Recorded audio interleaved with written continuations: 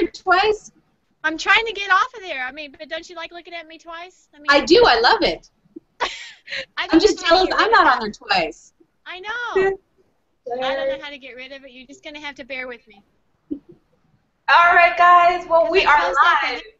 And we've got a whole lot of flower power going on here, guys. We've got a lot of estrogen on the panel today, if you know what I'm saying. Okay, so this is gonna be lovely. This is gonna be so interesting.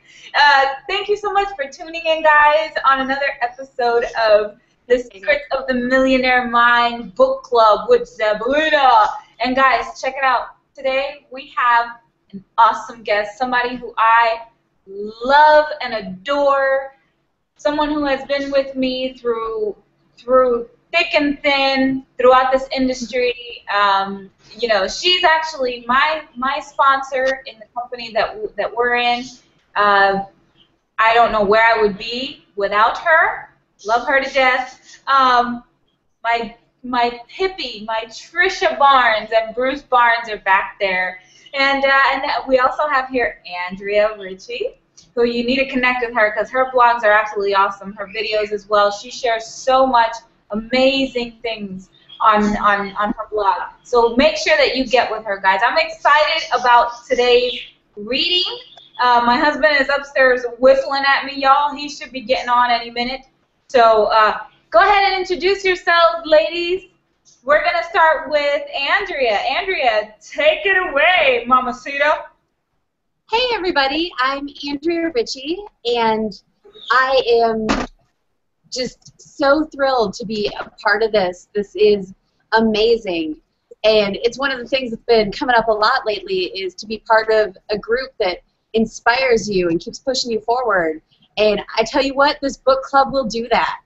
So you definitely want to join us every week, and you know, come be a part of the panel. Xabelina's got a link, and she will help you out. And it's just, I can't tell you how life-changing it is. It's fantastic. Thank you, Mama. We got to clap to that. Thank you, Andrea. I love seeing you on here. It's such a blessing, girl. I love to have you. Thank you. I love your insight and all your thoughts on the books and stuff. And then we've got Trisha Barnes. Go ahead and introduce yourself. Thank you for being on here with us.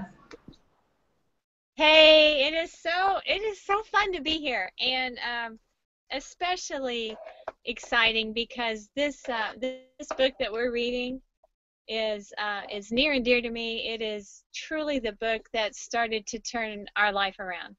The first time we heard T Harv on a webinar one night in the middle of winter, and I had never heard him before, and he just grabbed onto me. And so yeah, the book, absolutely, it's one of our #1 recommended books to any new teammate, and I'm excited to be part of this, reading and discussing it.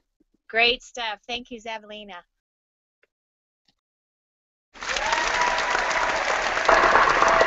Thank you, Trisha. Thank you, Trisha. And she was actually the one who recommended this book to us, and my husband started reading it he was the first one that started to read it. Oh, he's up there hollering, y'all.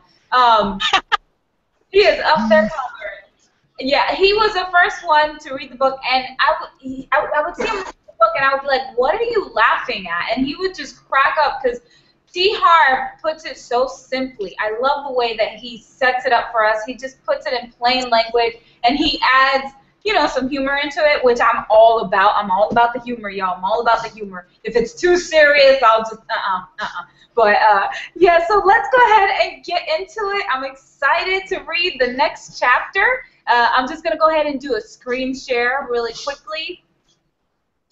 Let's see. Screen share. All right, here we go.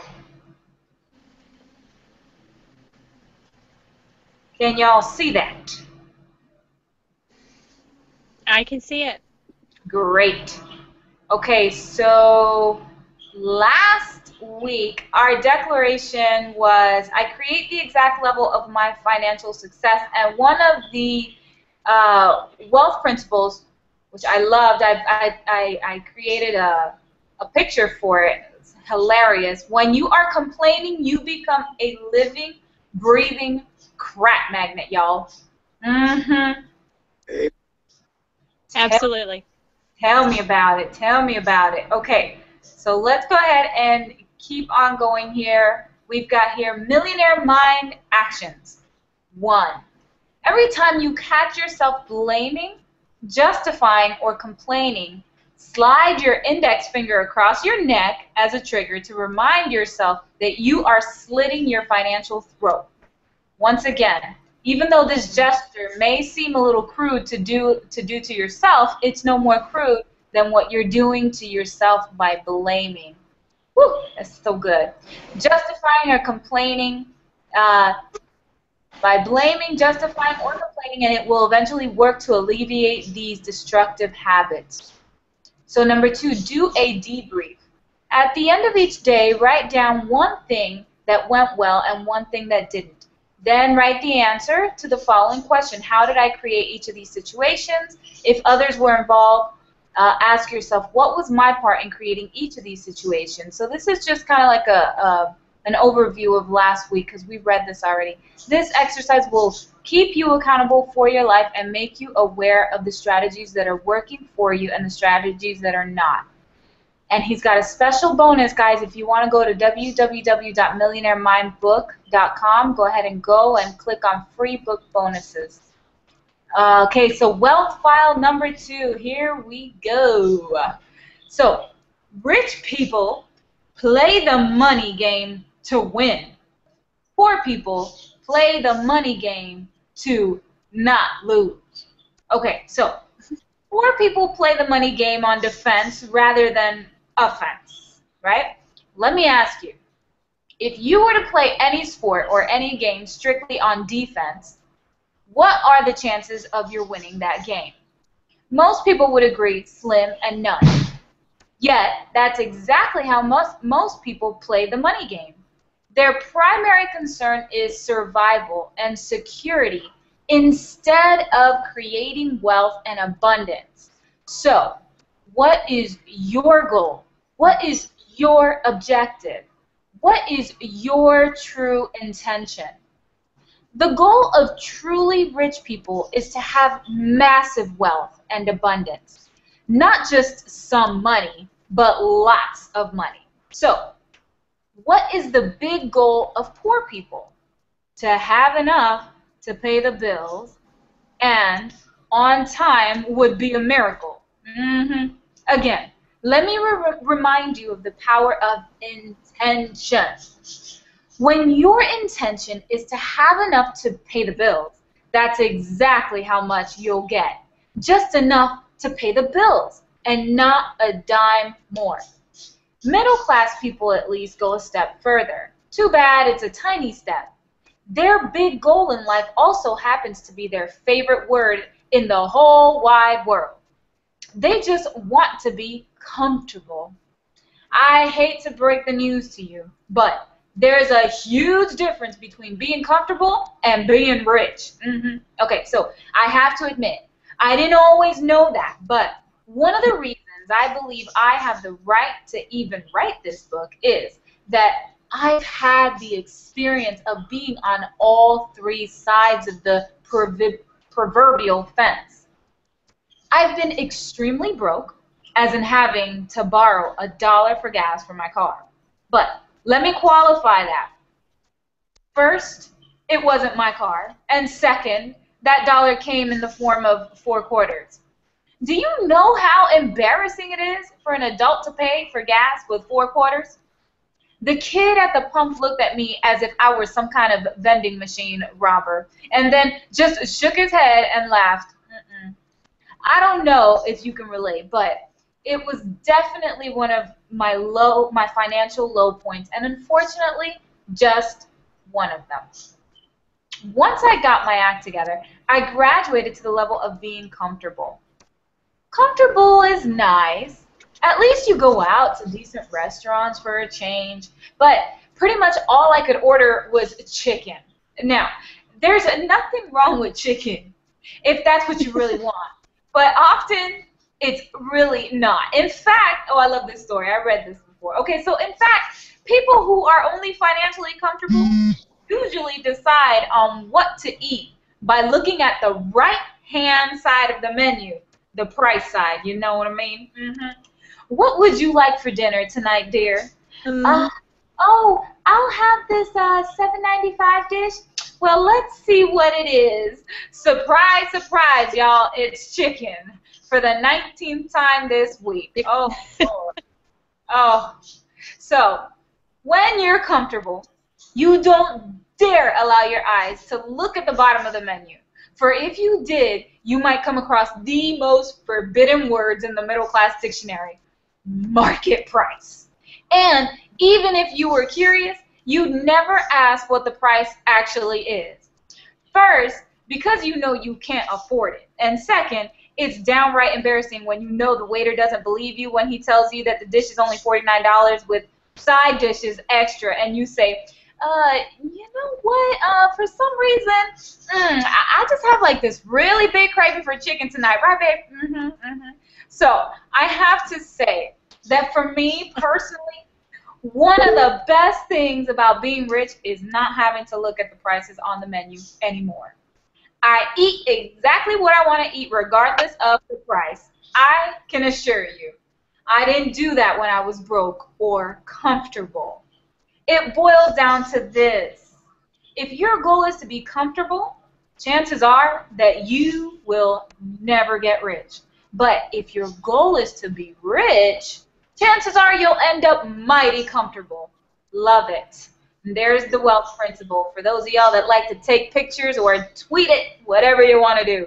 So, one of the principles that we teach in our programs is, if you shoot for the stars, you'll at least hit the moon. Poor people don't even shoot for the ceiling in their house.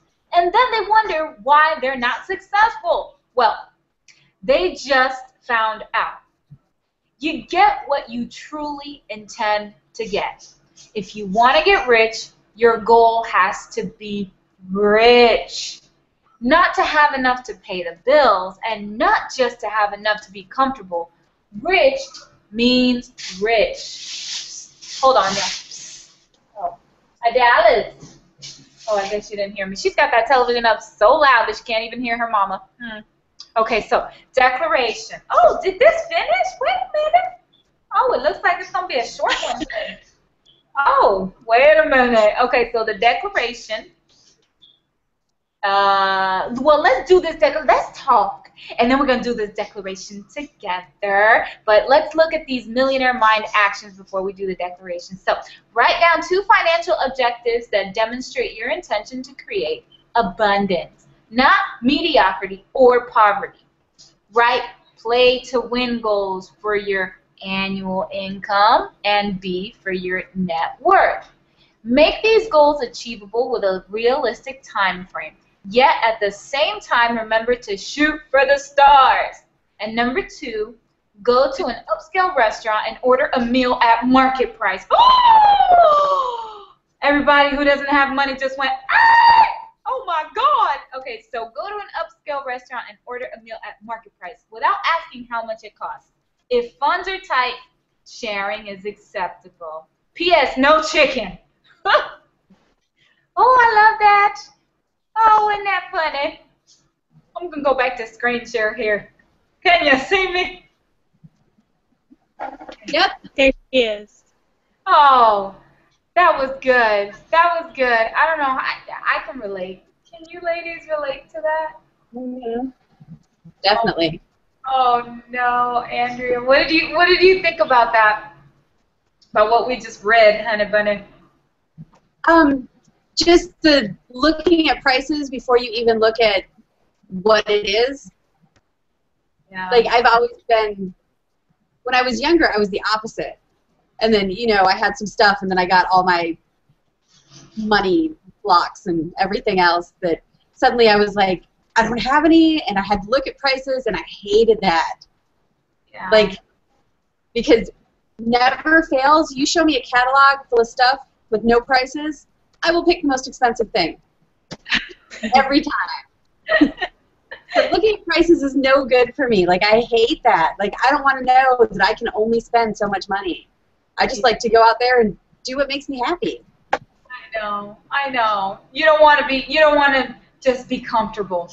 You want, right? You want. I know we have the wands. We have the wands. What about you, Trisha Bishop? Do you remember ordering the? Oh, hey, listen. I'm gonna tell you what. I was so broke that I would go to the dollar menu and be like, excuse me, but that says 99 cents. How come you're charging me $1? That's how broke. That's how broke. Okay. And then when it comes out to, because a dollar adds up, 99 cents adds up, and then you go with a family of 5, and they're like, let me get 3 of the value menu fries, let me get 3 of those chicken nuggets, and it ain't even chicken, y'all, so you don't even know what you're eating. And let me get these, and it adds up, and all of a sudden you got a $20 bill, and you're like, $20. That's so bad. That's so bad. That's poor hospitality. Yeah. Hi, Bruce was talking to me. I hear him. I was wondering what you were saying. Well, it was kind of cool the other night. Now, this is a far cry from how it used to be, okay? But things are much better right now than they used to be. And we were out to dinner with 2 teammates, and Bruce wanted a certain seafood that didn't come with the menu item that he picked, but he wanted what the waiter was recommending to everybody else, the snapper, I think, or something. I don't know. He said, that's our best fish. It's fresh. We catch it here. We fix it and everything. And Bruce said, can I get that with this dish? And the waiter said, well, there'll probably be an extra charge. And Bruce said, I don't care. I want that fish. I don't care if it's market price. I want the fish. That feels pretty good to do that. He never said market price before. Yeah, he said, do you realize I've never said that before? I don't care what the market price is. Woohoo! Anyway, but that is a far cry from how I've lived most of my life. And I was thinking about looking at price tags. I'm still trained to go straight to the sales rack, okay? It's ingrained in me. That's where you shop. You shop the sales rack. And it's hard to break that pattern. It's hard to let go of that. To always look at, get the best deal. But that's how I've lived all my life. So that's a hard one to break. That one's really in there. So yeah. Yeah, it is. It is. I remember talking to a friend. I don't know what we were saying. I think we passed by some boots at the mall or something happened where I don't know, we saw something and it was expensive, and she goes, wow, those boots are so beautiful, and then she looked at the price and then she said, oh my gosh, they're so expensive, and I said, no, come on, let's be real, let's just be real, let's be real. If you had the money and money were no issue and it was not a factor, would you buy the boots? And she said, yeah, I would. Exactly. So you want to get to the point where it's not even an issue about the fact that the boots, I mean, they were, I don't know what they were made out of, like, I don't know, gold or elephant or something. I don't know. They were beautiful, but you're right. And sometimes even now, I start to think about, like, for example, I'm about to buy a car now, right? And in my mind, I'm thinking, I don't want to spend over $10,000 for a car, and I just have this mentality, and I'm just like, okay, am I aiming for something low? My husband keeps telling me, babe, the car that you're looking at is not a really good car. It's probably gonna stall on you. And my thoughts, I'm like, well, I don't want to spend a lot of money on a car because I just want to put 500,000 miles on it and keep going. And then I ask myself, am I limiting myself? Am I really limiting myself? And the same thing about the RV. My husband said, listen, when we buy an RV, it's going to be a house, and it's going to be beautiful, and we're going to be comfortable. And in my mind, I'm thinking, well, I could just have this little rinky-dink thing, And he thinks on 2 totally different levels, And I have to ask myself sometimes. I catch myself like, okay, Lena. At the same time, you don't want to overspend either. I mean, if you've got this broke mentality, for example, you make, you bring home $2,000 and you go and you spend $1,500 on an outing, and it's just like, what is that, So there has to be a happy medium, right, ladies? Yeah. It does. Yeah. I already did the going to the market, going to the restaurant and eating the marketplace thing, and I didn't even realize that I did it. Trisha, I sent you a picture. Remember? I saw that. Yes. I posted that picture. It was a while ago. I was celebrating, the success of the team and just the fact that we were making this residual income, and I'm like, oh my gosh, it's such a blessing. So let's go celebrate. My husband said, let's go celebrate, right? And we sat there, Andrea, and I saw the crab legs down there. And for once in my life, I said, it didn't even have the price. It didn't even have the price. I was like, oh, this must be expensive. And he said, babe, is that what you want?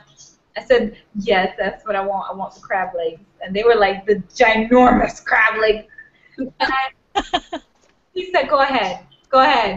And I did. I grabbed the crab legs, and I was a happy camper, and that was a wonderful experience. So I get to cross that off of my homework list for T Harv's homework.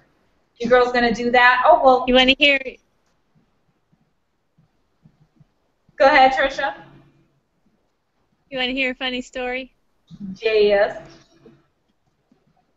Years ago, I mean, maybe 5 years ago, we went to this restaurant. We were in St. Louis. We had been to a ball game. We decided to stop at Mike Shannon's restaurant and just get something light to eat before we drove home. It was like a 2-hour drive. And so we sit down, and it's a pretty nice restaurant, given the menu, and I saw this sampler platter of seafood. Now, I wear glasses. It was kind of dark in there. I said, hey, that'd be great. It has everything. Let's just split that. We didn't want much. Let's just split that. So waiter takes the order. He comes back with this magnificent presentation of seafood. I mean, a 3-tiered silver dish. Wow. with crab legs and with oysters and with caviar and with stuff I've never eaten, all on ice. It was a beautiful presentation, and I'm going, dang, this is pretty good. And we devoured it. We ate every bit of it. I thought it was $14, which I thought was a steal. I'm always shopping for the bargain. Right. $64, I think.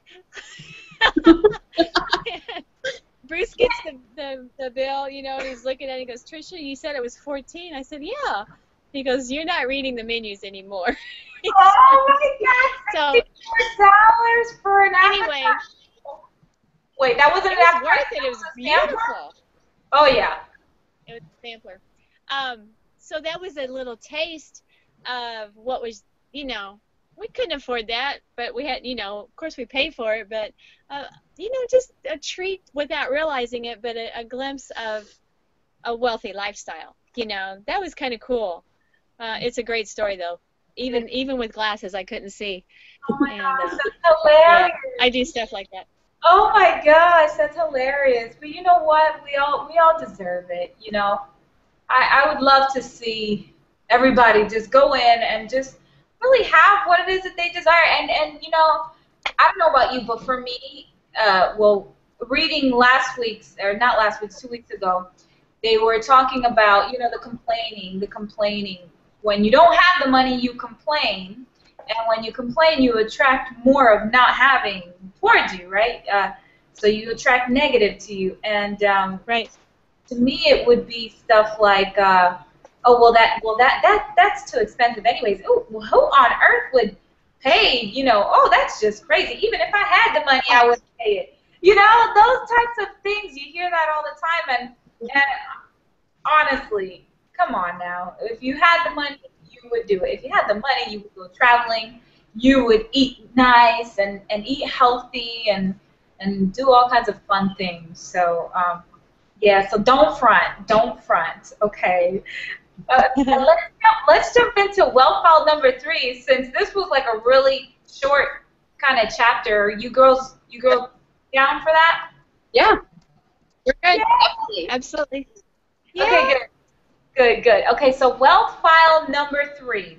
Let me get into a screen share here.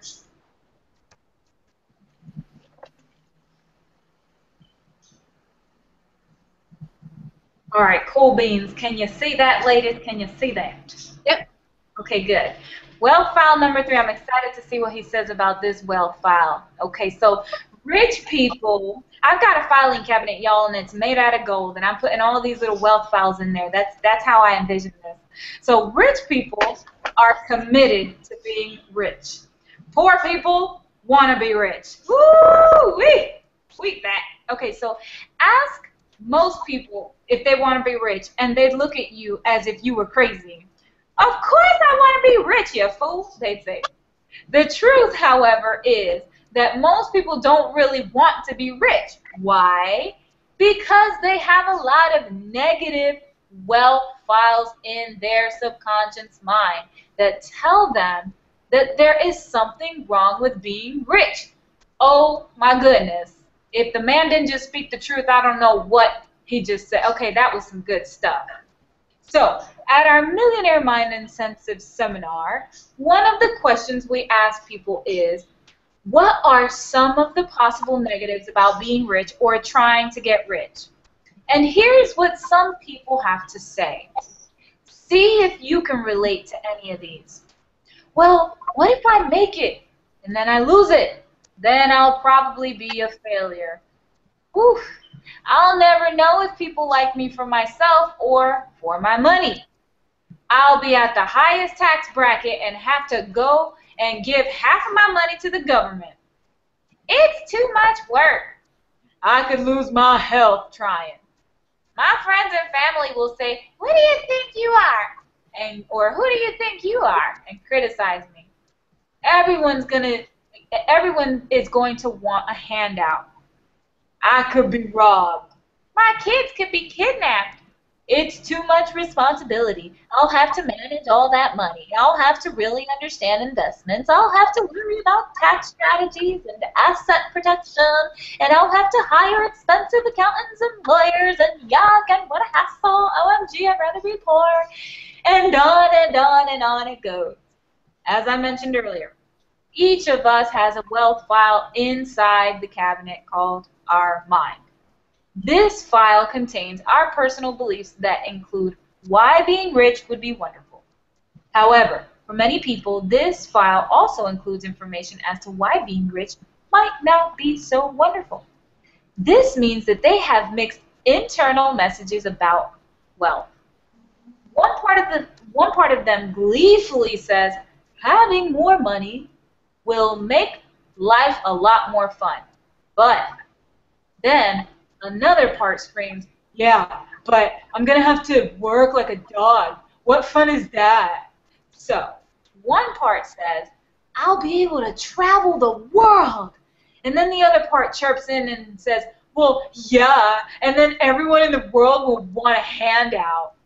These mixed messages may seem innocent enough, but in reality, they are one of the major reasons most people never become rich. You can look at it like this. The universe, which is another way of saying the higher power, is Akin. Oh, is that what? Akin or Akin? What word is that, ladies? I don't even know. Akin. Is akin. Thank you. Akin is akin to a big mail order department. It is constantly delivering people events and things to you. You order what you get by sending energetic messages out to the universe based on your predominant beliefs. Again, based on the law of attraction, the universe will do its best to say yes and support you. But if you have mixed messages in your file, the universe can't understand what the heck you want. One minute, the universe hears that you want to be rich, so it begins sending you opportunities for wealth. But then it hears you say, rich people are greedy. So the universe begins to support you in not having much money. But then you think, having a lot of money makes life so much more enjoyable. So the poor universe, dazed and confused, restarts sending you opportunities for more money. The next day, you're in an uninspired mood, so you think money isn't that important. The frustrated universe finally screams, "Make up your freaking mind, woman. I'll get you what you want. Just tell me what it is." He's like a frustrated husband. The number one reason most people don't get what they want is that they don't know what they want. So, rich people are totally clear that they want health. No, wealth. Oh yes, wealth and health. So, they are unwavering in their desire. They are fully committed to creating wealth. As long as it's legal, moral, and ethical, they will do whatever it takes to have wealth. Rich people do not send mixed messages to the universe. Poor people do. By the way, when you read the last paragraph, if a little voice inside your head said something to the effort of, "Rich people don't even care if it's legal, moral, or ethical," you are definitely doing the right thing in reading this book. You'll soon find out what a detrimental way of thinking that is. So the number one reason most people don't get what they want is that they don't even know what they want. That's the wealth principle. Poor people have plenty of good reasons as to why getting and actually being rich might be a problem. Consequently, they are not 100% certain that they really want to be rich. Their message to the universe is confusing. Their message to others is confusing. And why does all of this confusion happen? Because their message to themselves is confusing. Earlier, we talked about the power of intention. I know it might be hard to believe, but you always get what you want and what you subconsciously want, not what you say you want.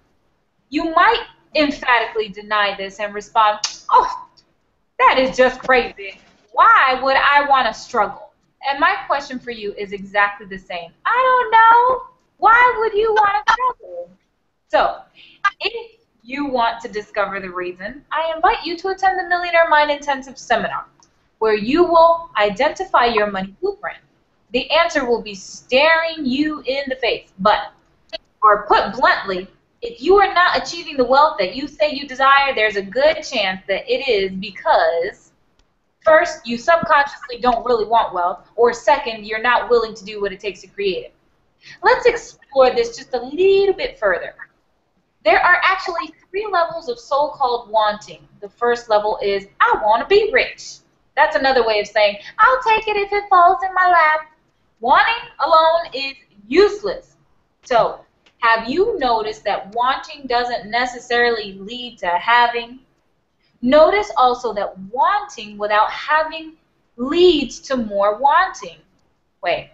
Notice also that wanting without having leads to more wanting. Okay, gotcha. Okay, and wanting becomes habitual and leads only to itself, creating a perfect circle that goes exactly nowhere. Wealth does not come from merely wanting it. How do you know this is true? With a simple reality check, billions of people want to be rich, right? Yes, so relatively few are. The second level of wanting is, I choose to be rich. This entails deciding to become rich. Choosing is a much stronger energy and goes hand in hand with being responsible for creating your reality. The word decision comes from the Latin word decidir, which means to kill off any other alternatives. Choosing is better, but not best. The third level of wanting is, I commit to being rich. The definition of the word commit is to devote oneself unreservedly. So this means holding absolutely nothing back, giving 100% of everything that you've got to achieving wealth. It means being willing to do whatever it takes for as long as it takes.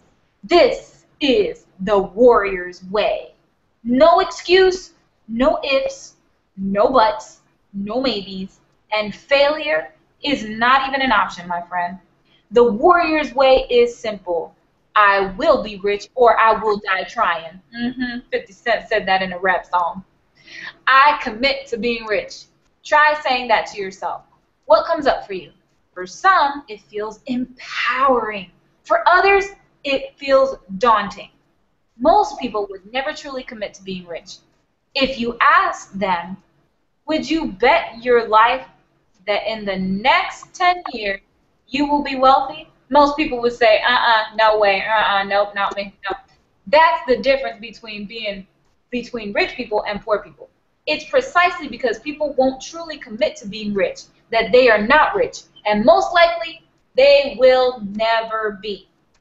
Some might say, Harv, I mean, like, what are you even talking about? Like, I work my butt off. I'm just trying, like, really hard. I mean, seriously. Like, of course I'm committed to being rich. And then I would reply that your trying means little. The definition of commitment is to devote oneself unreservedly. The key word is unreservedly. Am I even saying that right? Unreservedly. Unreservedly. Which means you're putting everything, and I mean everything that you've got into it. Most people I know who are not financially successful have limits on how much they are willing to do, how much they are willing to risk, and how much they are willing to sacrifice. Although they think that they're willing to do whatever it takes, upon deeper questioning, I always find that they have plenty of conditions around what they are willing to do and not do to succeed. I hate to be the one to tell you this, y'all, but getting rich is not a stroll in the park. And anyone who tells you it is either knows a heck of a lot more than me or is a little out of integrity. In my experience, getting rich takes focus, courage, knowledge, expertise, 100% of your effort, and never give up attitude. And of course, a rich mindset. You also have to believe in your heart of hearts that you can create wealth and that you absolutely deserve it. Again, what this means is that if you are not fully, totally, and truly committed to creating wealth, chances are that you won't. The wealth principle. If you are not fully, totally, and truly committed to creating wealth, chances are that you won't. And I think, let me see, what time is it? Oh, that's some time. Okay, so are you willing to work 16 hours a day? Woo! Yeah, rich people are. Are you willing to work 7 days a week and give up most of your weekends? Guess what? Rich people are. Are you willing to sacrifice seeing your family, your friends, and give up your recreations and hobbies? Well, rich people are. Are you willing to risk all of your time, energy, and startup capital with no guarantee of returns? Rich people are. For a time, hopefully a short time, but often a long time, rich people are ready and willing to do all of the above. Are you? Maybe you'll be lucky, and you won't have to work long or hard or sacrifice anything. You can wish for that, but I sure wouldn't count on it. Again, rich people are committed enough to do whatever it takes, period.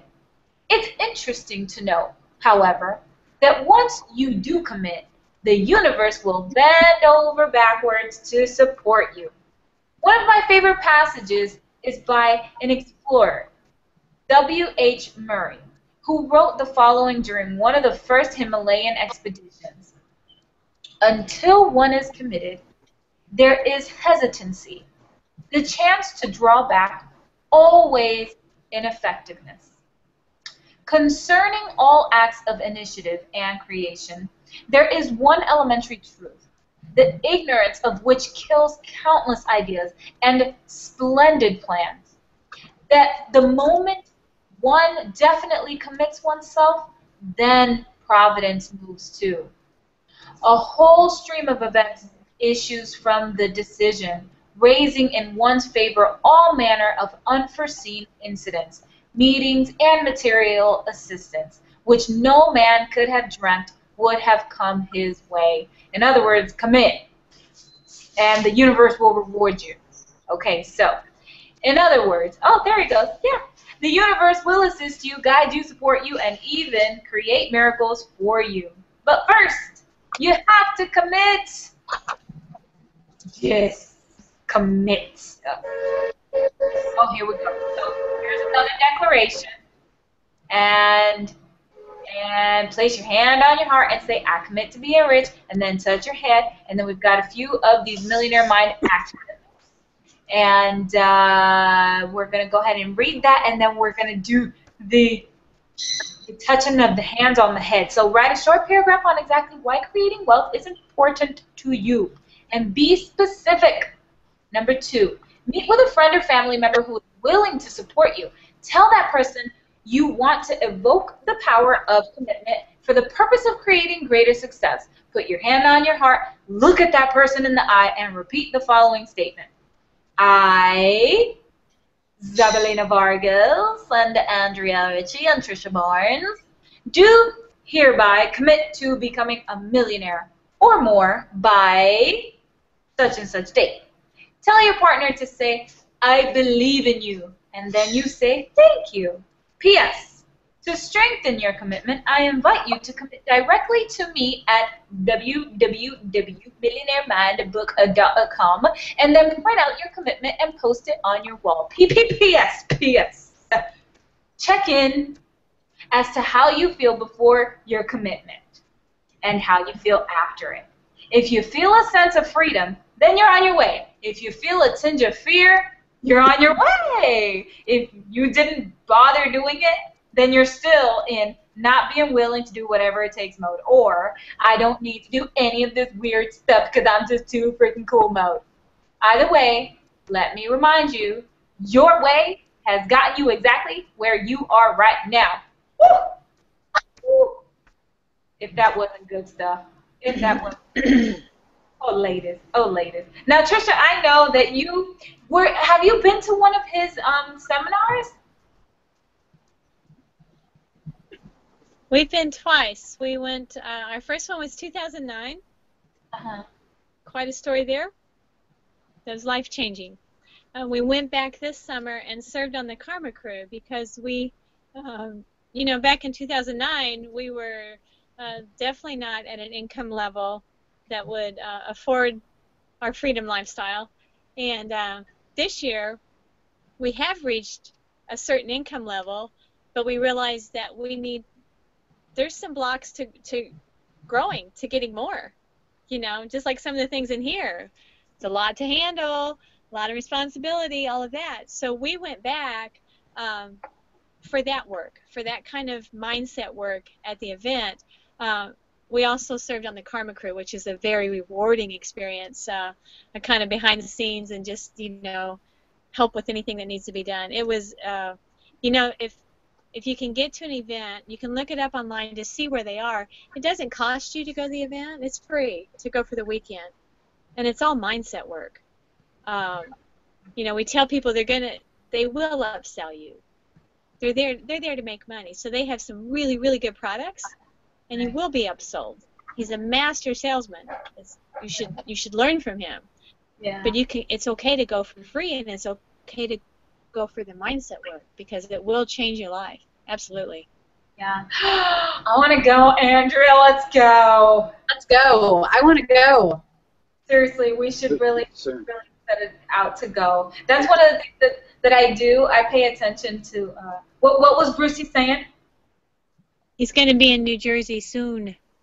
Oh, yes, he is. He's going to be in Sea Caucus. You did tell me that. Yeah. Yeah. Oh, wait, it's not a time. When do you remember when that was? I think it was in October. I know we're going to be going to an event. Your assistant is looking it up for you. Oh, thank you, Brucey. Thank you. By the way, guys, the picture behind Trisha is Brucey in his magnificence of his Indian, you know, self and persona. It's absolutely beautiful. Warrior. I love that. I love that. There he is. That was beautiful. That's what I'm talking about, guys. Be a warrior. It's not wanting, because you can want all day long. Yeah, I want to be rich. I want to be rich. It's committing. I commit myself. I was committing myself to be rich, and that's it. You know, I don't care. You could be the dumbest person in the whole world. Let me tell y'all, I've seen some dumb people with money, and I've seen some really smart people with money. Yep. What did he say? Absolutely. November 4th? November 14th to the 16th. Okay, November 14th to the 16th. Andrea, you can stay the night at my house, girlfriend, if you want to come. You can roll up in here. We're going to be all up into the Millionaire Minds events. I'm excited. Me too. Me too. So let's go ahead and jump into. Go ahead. What happened? What were you saying? No, I just said you'll love it. Oh, yeah. I said you will love it. That's all. You will love it. I bet. I bet. I bet. You're right, Trisha. You know, getting to certain levels doesn't necessarily mean that you stop growing. On the contrary, I see that that not necessarily that the pressure is on, but the heat is on, and you got to grow even more. Absolutely. You know? That's one of the things that I've realized. Let's go over the declaration. So we're just going to put our hands over our hearts. Is there anything else that my beautiful lovelies would like to say? Andrea, would you like to say anything else about the book? Would you like to say anything? Just the part about getting the money and then the fear of losing it and being a failure, that was huge for me, because like I used to have this huge fear of just all the I told you so's, all the I told you it was stupid, I told you could never do it. And like letting those go is huge, and it helps you, it moves you so much further. And you know, you just got to get past that fear. Anything that scares you, just push through it. Because there's so much better stuff on the other side. Yeah, there is. I agree 100%. I remember, Trisha, when you told me, Lena, it's the end of the month, get to work. And this was a few months ago. And I said, okay. So I started to reach out to everybody pretty much that I knew, and just sharing with them the opportunity. And there was this fear. Let me tell you, just my hands were just sweaty. I was nauseous. I wanted to throw up. I was thinking just the worst. You know, these people are gonna think so bad of me. I'm gonna be like a fly. There, you know, when you're trying to just get rid of the fly and it's just there. And everybody that I spoke to, I must have spoken to in one day. I think I called like about 30 people. And everybody that I spoke to, we all had great conversations. And in the end, you know, a lot of them joined with me. Some of them said, I'm going to go ahead and take a look at it a little bit more, Lena, but I appreciate it. And I overcame that fear, and that's where the success came in. And I was like, wow, that's amazing. If I would not have overcome that, I wouldn't be where I am today, you know? So that's something that fear paralyzes you. It really does. It really does. And you overcome the fear by doing Yeah. doing the very thing that you're scared of. That's how you overcome it. Exactly. It sounds so elementary, but it's so true. Just if that's what you're afraid of, go do it. You know. I mean, I wouldn't recommend that if you're afraid of fire, you go burn yourself. Don't do that. No. But you know what we mean. So let's do our declarations, ladies. And Trisha, would you like to say anything else to just kind of add to this? You know, one of my favorite T Harv Eker quotes is, "How you do anything is how you do everything." And that is just a great reminder for everything, that every day, every part of your life, showing up, taking action, keeping your word. If you say you're going to do something, keep your word, because how you do anything is how you do everything. Yeah. So take that one. Yeah, wow, definitely. Keep your word, keep on going, and do what you say you're gonna do. You know, and even if you said you were gonna do it and then you didn't do it, and you're beating yourself up for not doing, listen, get back on the bandwagon and just keep going. You know, and finish it, even if it was due a month ago. Just finish it. You know, finish it. It feels good. It feels good to take initiative, to take action. It feels so good. It's so empowering, so fulfilling. So thank you, ladies, for being here. I'm so excited that you girls were here with me. And we're going to go ahead and do this declaration. I keep saying this. Y'all are probably looking like a bunch of crazies with your hand over your heart, asking yourself, well, Lena, I'm over here, and you're taking forever. Okay, so let's do this. So put your hand over your heart.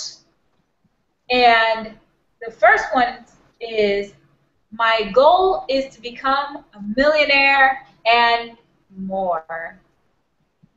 My goal is to become a millionaire and more. Yes. And now touch your head and say, I have a millionaire mind. Millionaire mind. I have a millionaire mind. Woo! Thank you, ladies. Thank you. So, listen, my wonderful viewers, thank you so much for being here. I appreciate all of you who follow us and watch us. If you want to be on the panel, definitely let me know. I will put you on here. I would love to hear what you have to say about the book. We would love to hear your thoughts. Do you agree? Do you disagree? What are your stories, and how are you overcoming the poverty mentality? What are your breakthroughs, some of the things that have gone on in your life that you can say thank you to mindset, I have overcome these fears. I would love to have you, and we honor and we respect you here in this book club. And also, if you're interested in knowing what it is that we do, how we work from home, how do we generate an income, how do you do what you do, guys, and you have such a fun time doing it, how do you live in an RV, and how do you, just how do you do this? How do you blog all day long, share your content, share your thoughts with people, do millionaire book clubs? What is this all about? Well, listen, there's a button down here, up here, somewhere around, and it should say something to the effect of join or watch our TNT Tuesday night training, where you will find all of the skill set that you need to make it happen. Now remember, guys, it's like what T Harv Eker said. You have to commit to it. It's not just wanting. It's not just going to happen. You commit to it. And we have all the resources to help you succeed in your business. Thank you guys for watching. Love you so much. And I believe in you, millionaires. Remember, I'm helping you design the life that you deserve. Thank you, ladies. Thank you. See you next week. Bye. Bye-bye.